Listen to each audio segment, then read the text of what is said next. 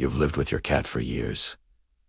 You feed them, you shelter them, you call them by name. But here's the thing, no one ever tells you. Your cat has never once looked at you and thought, "That's my human, not."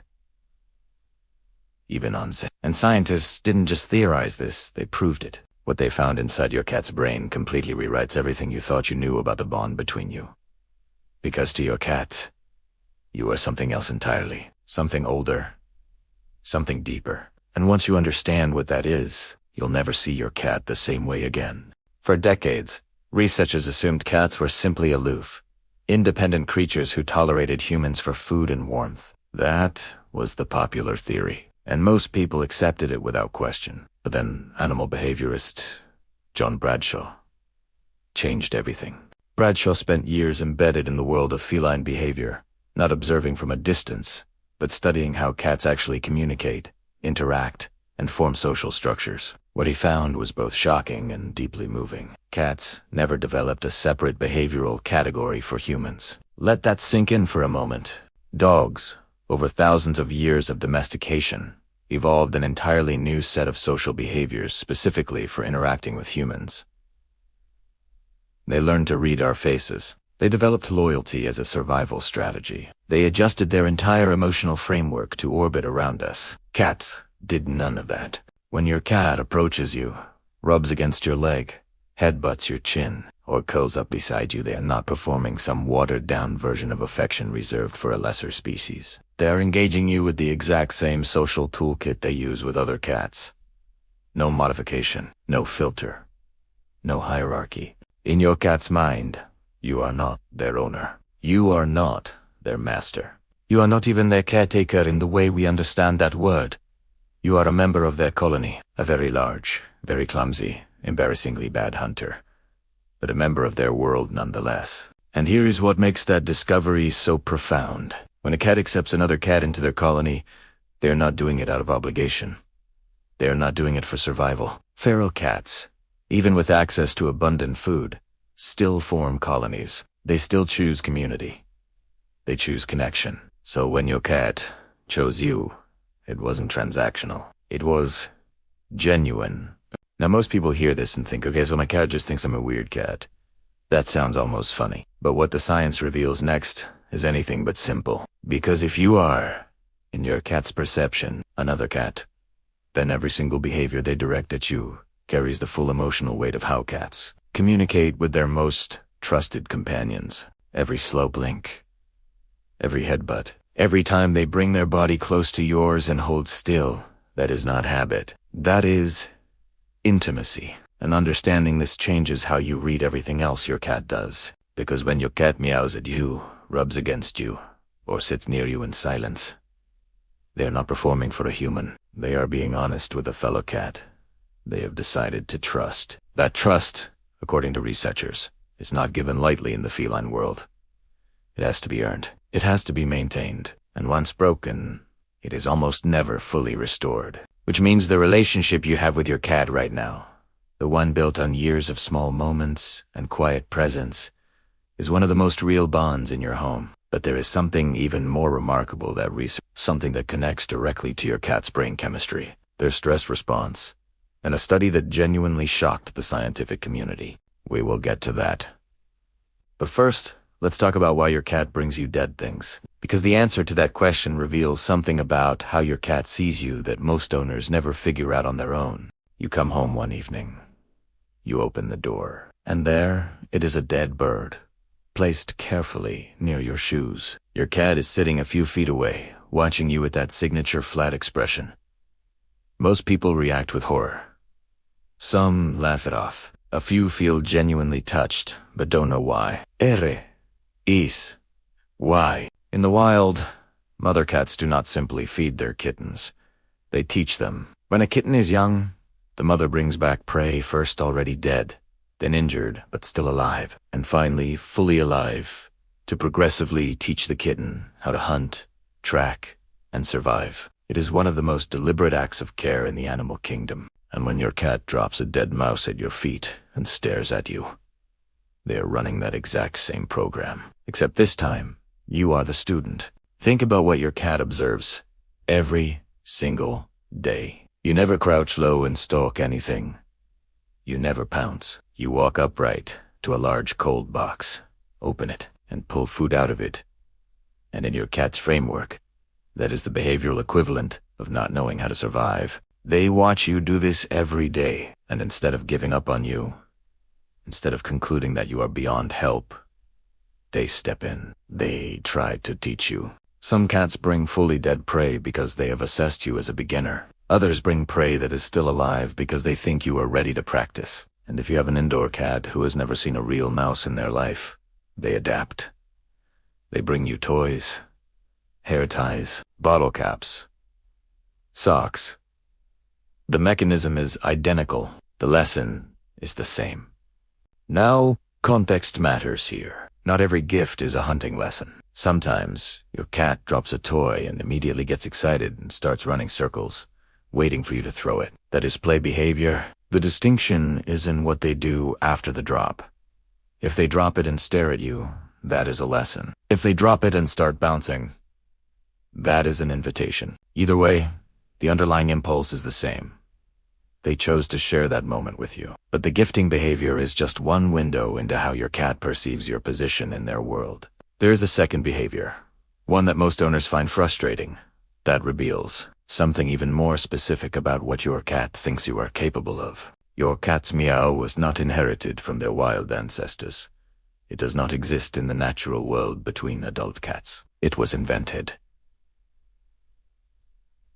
specifically for you. Adult cats in the wild communicate almost entirely through body language, scent, and physical contact. Meowing, the sound you hear every morning, every evening, every time the food bowl is slightly less full than your cat prefers, is a behavior that essentially disappears in adulthood in the wild, except in one context. When cats live with humans, kittens meow to call their mothers. It is a distress signal, a survival tool, a way to say, I am here, I need something, come find me.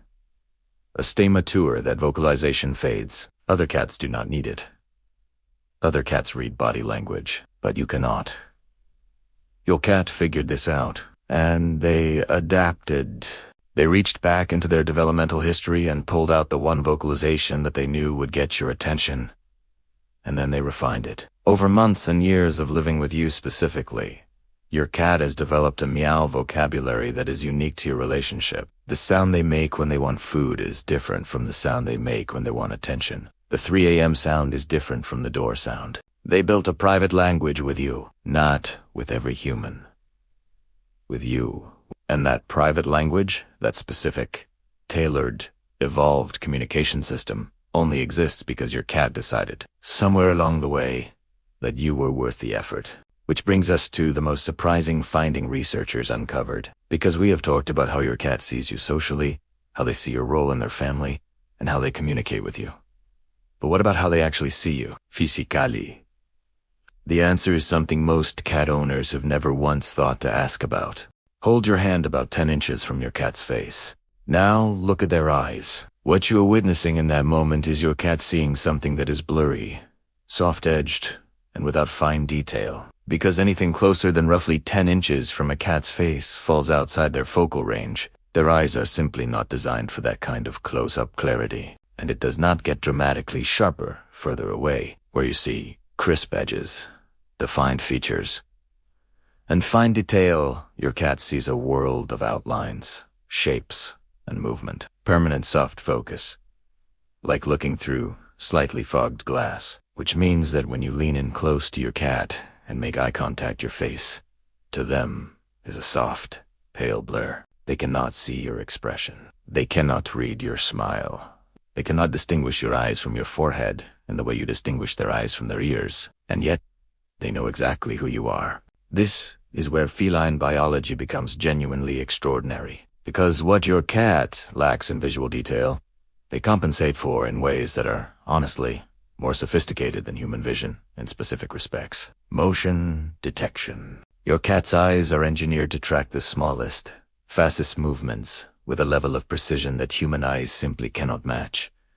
A twitch of a finger across the room, a shadow shifting on the wall, a bug you have not even noticed yet. They catch all of it, instantly, automatically, without effort. This is why your cat sometimes stares at a blank wall. They are not hallucinating. They are detecting micro-movements, air currents, shifting dust, light changing by fractions, things that exist below the threshold of what your visual system can process. And this is also why, when you hold a treat directly in front of your cat's nose, they sometimes sniff around like it has disappeared. They are not being difficult. They genuinely cannot see it at that distance. So they shift to their next most powerful sense, smell, to locate what their eyes have lost, which is exactly how they recognize you. Not by your face. By the way you move, the specific rhythm of your footsteps, the sound of your breathing, and overwhelmingly, by how you smell. Your cat carries no mental photograph of you. They carry something more complete than that. They carry the full sensory impression of you. Your particular combination of movement patterns and sounds and scent markers has been logged, cataloged, and stored in a way that makes you immediately and unmistakably identifiable to them, even in complete darkness. This is why your cat knows you are home before you open the door. This is why they respond differently when you are stressed versus calm.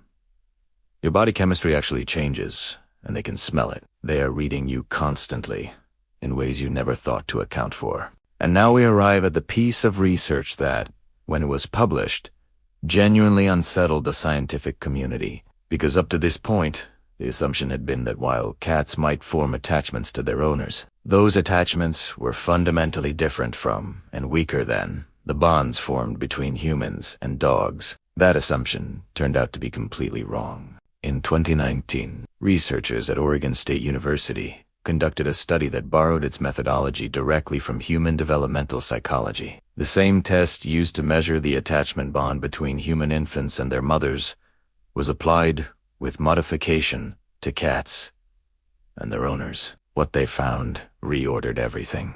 The cats in that study did not simply respond to their owners. They relied on them. They used their owners as what psychologists call a secure base. The emotional anchor from which they felt safe enough to explore, engage, and function. Take the owner away, and the cats became stressed, vocal, and withdrawn. Bring the owner back, and the cats settled. They calmed. They returned to normal behavior. Over 60% of the cats tested showed a secure attachment style. The same classification applied to healthy human-infant caregiver bonds. The same emotional wiring in a different species. And what makes this finding connect back to everything we have discussed? The colony membership, the gifting behavior, the invented language is this. Those behaviors are not random. They are not cute accidents of domestication. They are what secure attachment looks like in a cat. Your cat brings you prey because they are invested in your survival. They invented a language for you because they needed a way to reach you. They press against you in the night because you are their safe place. We have spent this video building a picture of your cat's inner world.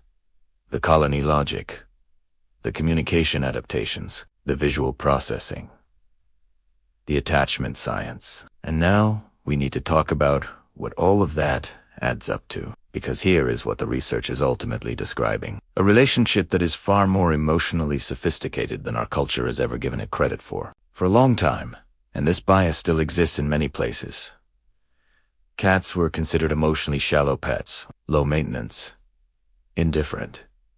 Good for people who wanted company without connection. The science has dismantled that framing completely. What the Oregon State study revealed was not just that cats form attachments. It was that the architecture of those attachments mirrors the architecture of human bonding. The same neurological systems that drive infant caregiver bonds are active in cats who have bonded with their owners. And that has real consequences, not just emotional ones, but physical ones. Cortisol is the primary stress hormone in mammals. When cortisol levels are elevated chronically, it suppresses immune function, disrupts sleep, accelerates cellular aging, and destabilizes emotional regulation. This is true in humans. It is equally true in cats. Researchers measuring cortisol levels in bonded cats found something striking. The presence of their owner reliably reduced cortisol output, not in a small or marginal way, in a consistent, measurable, significant way. Your physical presence changes your cat's brain chemistry. Not food, not toys, not a comfortable sleeping surface. When you walk into a room and your cat's body visibly softens, ears going relaxed, eyes going half-lidded, muscles releasing tension, that is not a performance. That is a cortisol response. That is your cat's nervous system recognizing its anchor and downshifting from threat readiness to safety. You are the signal that tells their entire biological system, everything is okay. Now consider what this means in reverse. Cats who do not have that anchor, who live in environments with no stable human bond, or whose owner is frequently absent, or who experience repeated disruptions to their attachment relationship, show chronically elevated stress markers.